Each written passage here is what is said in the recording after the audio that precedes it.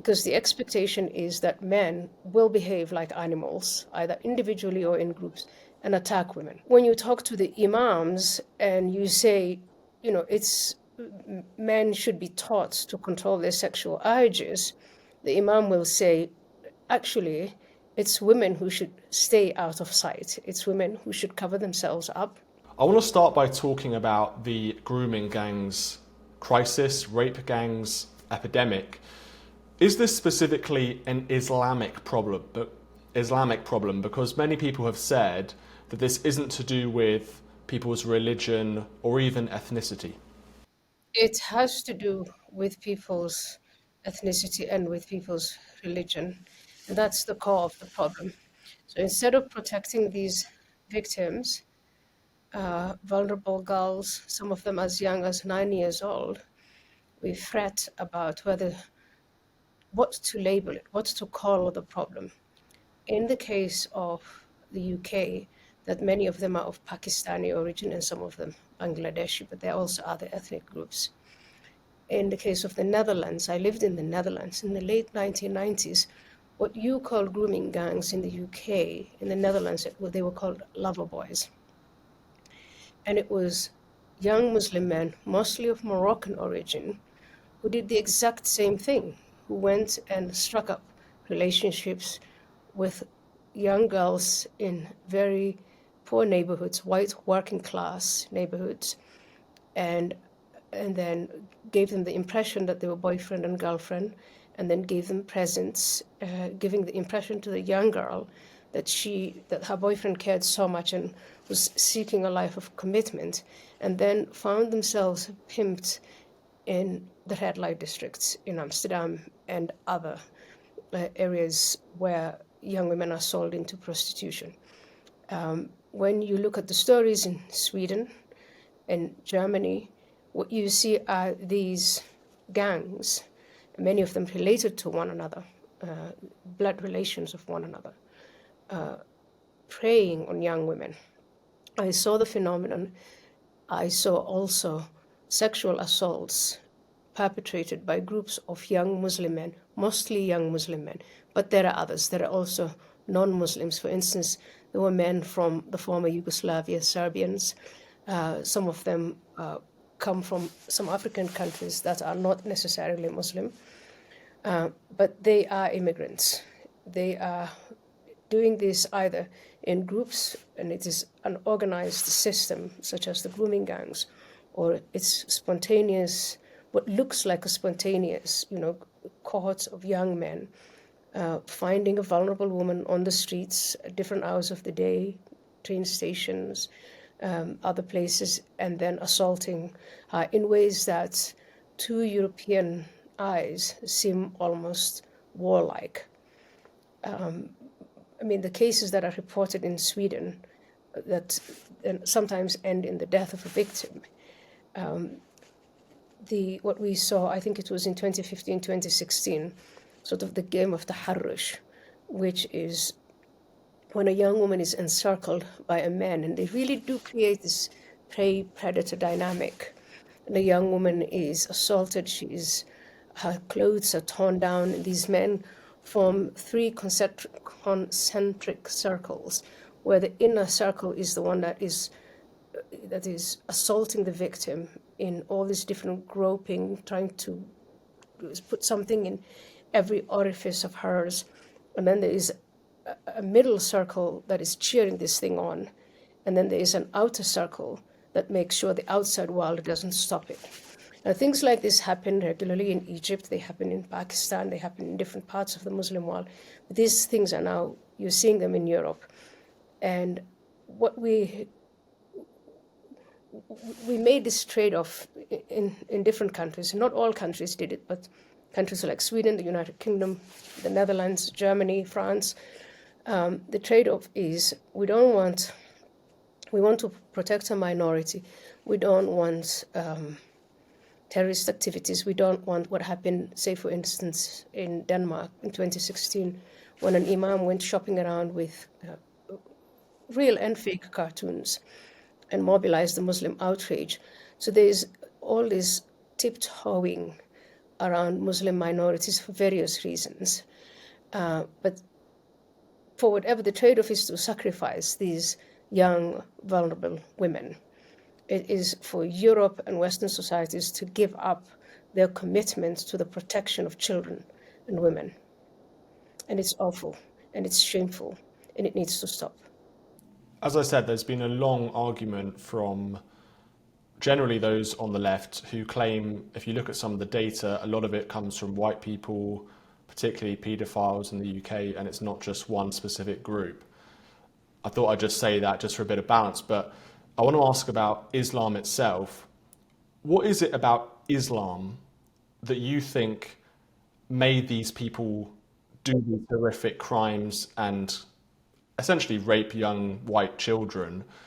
Is there something about the religion itself that you think, is there something in the doctrine? Is there something in the Quran? Is there something about the religion that made them do this, or is the religion irrelevant? The religion is relevant, but the religion doesn't say go rape. I tried to explain the complexity of the angle where the religion is relevant in my book in Pray when I was trying to document this problem. These young men come from a different society with a different way of life, and it is an Islamic way of life, doctrinally, but also culturally. And the relationship between men and women in these parts of the world is governed by this honor and shame code. Women stay out of the public eye. When they come into the public eye, they're chaperoned and they're covered from head to toe, because the expectation is that men will behave like animals, either individually or in groups, and attack women. And so when you talk to the imams and you say, it's men should be taught to control their sexual urges, the imam will say, actually, it's women who should stay out of sight. It's women who should cover themselves up. They are the ones who should not put themselves in vulnerable positions. Now, in a country where Sharia law is the way of life, the law of the land, that holds. And these dynamics do happen. Men attack women, and it depends if you're a woman who comes from a family of very strong men. There is retaliation. It's called an honor retaliation. And sometimes you have feuds that last for generations that spill the blood of any member of anyone who is perceived to be on the aggressor's tribe or clan or group. What I've just described to you in Western societies is considered primitive. Primitive attitudes to women, primitive attitudes towards conflict resolution. But what we have done is we've allowed large numbers, mainly of men, to relocate to European societies. And then we've adopted this stupid idea that we don't have to assimilate them and that they can live amongst European societies and hold on to their culture and their way of life. And so it is literally a clash of civilizations that is playing out on the streets and on the bodies of women. And every single thing that Europeans said that they held dear, the freedom of speech and the way of life, it's all falling through the cracks. We're all giving it up, all the way down to this. I remember in the 1990s and even in the 1980s, Westerners writing books and saying things about Muslim countries and holding campaigns to end female genital mutilation, to emancipate Muslim women. And here we are now. It is European women, little white girls, who are being raped, and everyone left and right is looking the other way, except individuals like Tommy Robinson, but then he's in prison. What do you think it says about British society that this issue was, first of all, covered up by the authorities? And you can look at every single layer, whether it's the police or the social administration, even some parents. Everyone let down these children, politicians, the media, and so on. What does it say, as I say, morally about British society that was allowed to happen, and that this issue was first of all covered up, and then second of all ignored, and actively ignored by the establishment in many cases. Can you talk a bit about our secular society, a bit about liberalism and modern Britain and morality? So I have a Canadian friend called Gad Sad, and he describes it as suicidal empathy, which he doesn't say it's exclusively a problem that ails Britain, but apparently it's the entire West that is determined to commit cultural suicide. Yes, we do live in these post-Christian times where, again, to go back to the assimilation issue, assimilate into what? So if we were to deny them and to say, well, you can't practice Sharia law here, and you can't keep your way of life here, then when you come to Britain, what does it mean to be British? So normally what that would mean would be to teach them, to draw them into adopting Christian morality. But we live in this post-Christian world where morality itself has become quite diffuse. Some people, a lot of people just really take it for granted that you don't rape and that you don't attack women on the streets, and we have laws that protect us, and we will lean on the police, and so it's always someone else's problem. It's also an emasculated society, because again, to go back to the world in which the way of life is women are, and the relationship between women and men is governed by this honor-shame dynamic. But a real man is seen as a man who will absolutely not tolerate for his women or children to be attacked. And so when people with that mindset, they come to Europe and they watch European men stand by sometimes as these attacks are happening, and a society that doesn't respond to it, that has in fact put in place so-called hate crimes or whatever to cover up the deeds itself, what it does is it encourages these people. And so the perception of Britain, whether it's real or not, from the side of the perpetrators is that the women are for the taking and the men are emasculated, they're weak and they can't defend their women. And so there is nothing to stop them. Do you feel that there's been a shift in the views of people across Britain and the world of these rape gangs? I know in the last few days Elon Musk has been tweeting endlessly about them, and there seems to be, from a media perspective at least, some more attention paid on these grooming gangs that we haven't seen in the past. So do you think there's been a shift, a sizable shift on the international stage as to this moral crime? Yes, I see it, and I want to credit Elon Musk again for giving a voice to the voiceless. He's really consistent in his endeavor to say, okay, I know exactly what it is, what the right thing to do is, and he's doing it. And he's using his clout, his superpowers, to stand up for instance, the victims of the grooming gangs. So he can, what would be done to you in Britain if you were to devote your time to trying to bring it to the public eye, what happens to these young victims? You'd be vilified as a racist. You would probably be thrown in prison like Tommy Robinson for breaking the code of silence that we've built around these issues. Well, just very briefly, he went to prison for contempt of court. He defied a court order. There are lots of arguments about that, but let's be very factual. That's why he is in prison today. I have watched the documentary that Elon Musk put out and urged us all to do it, and I have heard Tommy Robinson's side of the story. The fact that you even have these contempt of court orders, and if you look at the entire context of the case, he is in prison because he has broken this omerta, this conspiracy of silence, to tell a narrative that is wrong and that is false. And an individual like Elon Musk with his position and his superpowers, can take on the system. They can't intimidate him with lawfare. They can't intimidate him with vilification. He's withstood it. They can't intimidate him with throwing him in prison. And so this is, I think, one of the reasons that someone with a megaphone as big as Elon Musk's has come round and said, I'm going to make a priority of defending the rights of these women, these vulnerable women, and highlighting this problem, this cancer that is in British society, German society, Italian society, French society, Swedish society. It is everywhere. Now, I want to make an absolute point of saying it's not all Muslim men who behave badly towards women. There are a lot of Muslim men who are very angry about this, and a lot of Muslim women are victims of the very same crazy culture, misogynistic culture, that is,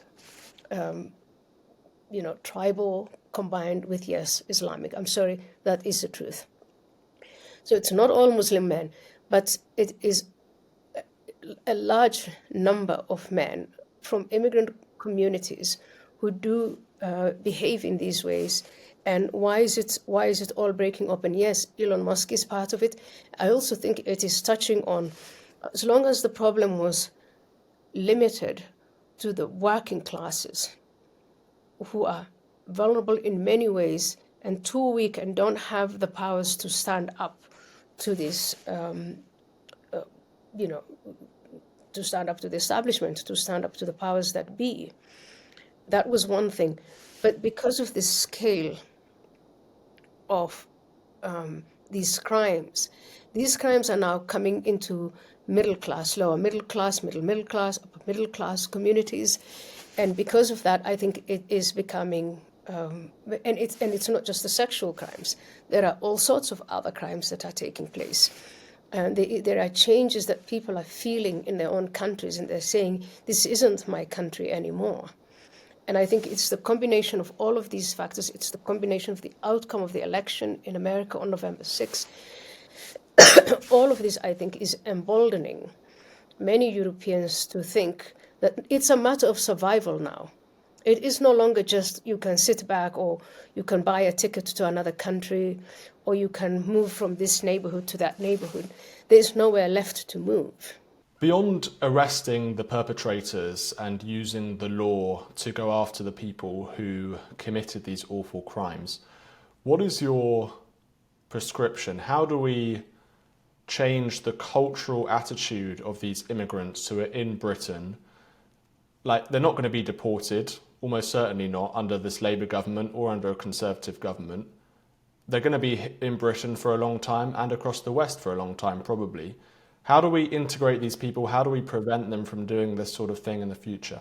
I think it's a matter of political will. I just want to remind you, only 5 years ago, these governments were perfectly capable to put us all under house arrest for months on end. They were perfectly capable of closing the borders. If they had wanted to carry out a mass deportation of criminals, they could do it. It's feasible. It's a matter of will. And I think what's also feasible is to put together a program of assimilation that says you are no longer allowed to live by that way of life. You are now here, you're going to adopt our way of life. And it is not just Britain alone, but it has to be, this is how we do things. We have a successful example of Denmark. Denmark, 2005, 2006, was subjected, this crazy imam went shopping and creating outrage. The whole world put pressure on the Danish government, and the prime minister at the time, Anders Fogh Rasmussen, he just said no. What he did was he protected the journalists, he protected the cartoonists, and the Danish society had a debate, and the outcome of the debate was that it's their way of life that they were going to protect. And that was a complete agreement from Danes on both the left and the right. And so right now, if you are a Danish immigrant, or if you are an immigrant living in Denmark, whether you are Muslim or not, you have to live by the rules of Denmark. And it's the same case in Switzerland. And it's the same case in Singapore. So if you ask me, are these things feasible? Can it be done? Yes, it can be done. But it has to be political will. It has to be, you have to use the taxpayer money and the mandate from the voters to do what the voters want you to do. Close the borders and integrate or assimilate these immigrants, and those who do not want to assimilate them, remove them from the country. What does that look like practically? Does that mean banning Sharia courts, for example? What kind of policies would you propose? It is absolutely outrageous that we have Sharia courts. That is a parallel system. So which system, what is the British system? What is British law? What is German law? What is, Swedish law?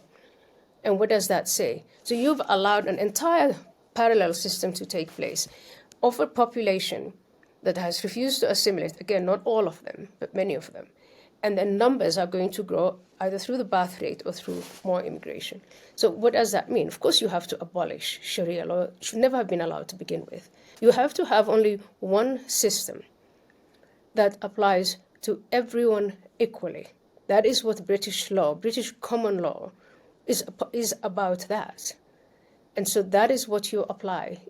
And you also are there to protect British national heritage, national identity, and British citizens, especially vulnerable children, like the little girls who are subjected to grooming and grooming gangs. I want to shift gear a bit and ask about a recent terrorist attack in the United States.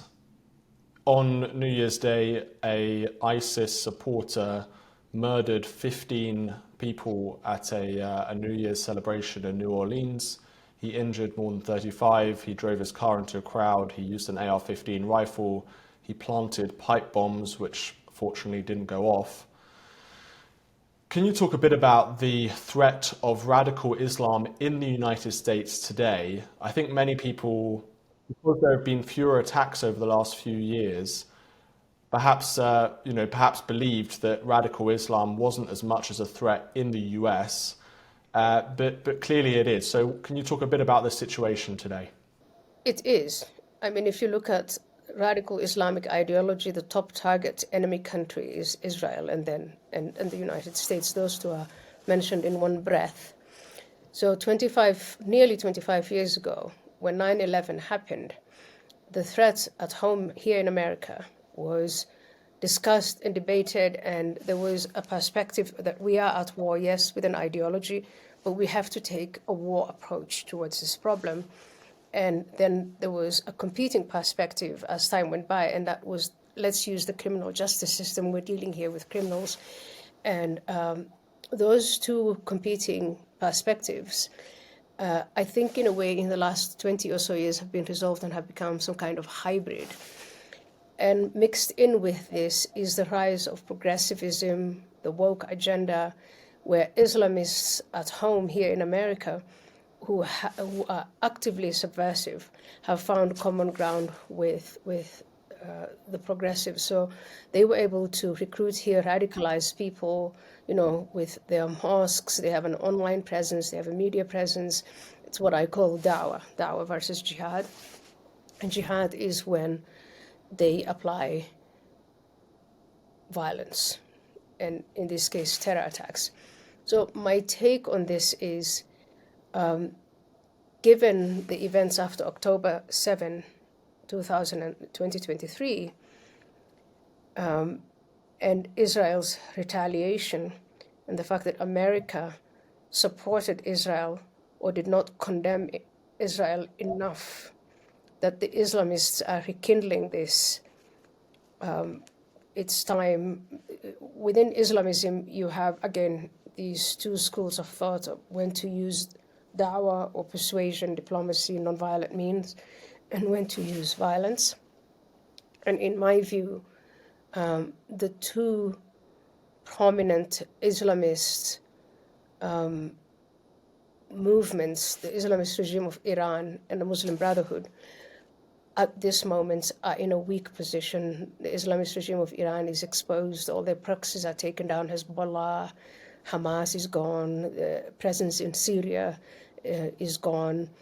And there is even talk in 2025 that the regime itself could be gone. So they're highly motivated to use terrorism. And remember, terrorism is a tactic of the weak. And then when it comes to the Muslim Brotherhood, yes, they do govern in Afghanistan. The Taliban is Muslim Brotherhood related. And yes, the government of Turkey is affiliated with the Muslim Brotherhood, inspired by the Muslim Brotherhood. But they have also lost quite a lot of influence. And I think the idea is that we are going to see a cascade of these terrorist attacks on Western soil this year. And I think the idea is then for the dawah, the men in suits who come, who say, let's talk about this, we represent moderate Muslims, and who rely on the progressives, to say, we can help with bringing down these terrorist attacks, listen to us, and then they want that because they're actually more committed to the infrastructure of dawah. That's the long-term agenda than jihad itself. So this is how I take it. I also think that this incident in New Orleans, it raises a lot of questions. Stephen, there are, I think, 37 programs that I know of that are running with 5 different agencies: the Department of Defense, the Department of Homeland Security, FBI, the CIA, the State Department. And there's a lot of money that is poured into preventing attacks like this from occurring. And so part of this question is a dodge question. It's for Elon and Vivek to figure out this muddle, this spaghetti ball of acronyms and agencies and programs, and why was it that they couldn't prevent this from happening? This man was known for a long time. He was in the military. Apparently, they now know he was attending a mosque in New Orleans. The soft side, the progressives at DHS, they say countering violent extremism is what they call it. They don't call it Islamist terrorism. They persuaded the government and Americans to believe that we can work with so-called Muslim organizations. Well, who are the Muslim organizations sitting at the table? The Muslim Public Affairs Council, the Islamic Society of North America. These are affiliates of the Muslim Brotherhood. You're basically talking, it's like bringing a fox into the hen house. So I think this raises a lot of questions. This is an incident that could have been prevented. Why was it not prevented? Where is all this money going into? Who exactly are we talking to? And I hate it, but a lot of the mainstream media is just going to spin this narrative as, oh, there is this troubled guy and he was going through a divorce and all that BS. But I don't think anybody, I think with Trump 2.0, the new team is not going to buy that nonsense. He's got some very strong people around him on the issue of Islamic extremism. What kind of levers can he pull to tackle Islamic extremism in the United States, and how can he prevent future attacks like this? I know you've talked a little bit about maybe using Doge, but perhaps he should be deporting radical imams. I mean, look, I interviewed some pretty radical people in Detroit with links to the Iranian regime. I think it's extraordinary that some of those imams are even in the United States. So what kind of levers can Trump pull to prevent this stuff? I think Trump can start a paradigm shift on this whole thing. And it's not only what he can do inside the United States, but it's what he can do in the United States and outside of the United States. He's got this golden opportunity where the key Muslim country in the world, Saudi Arabia, is aligned with him on bringing down and eliminating the ideology of Islamism. It's we in the West who struggle to, what label are we going to give this problem between Saudi Arabia and the United Arab Emirates? They call it Islamism, political Islam.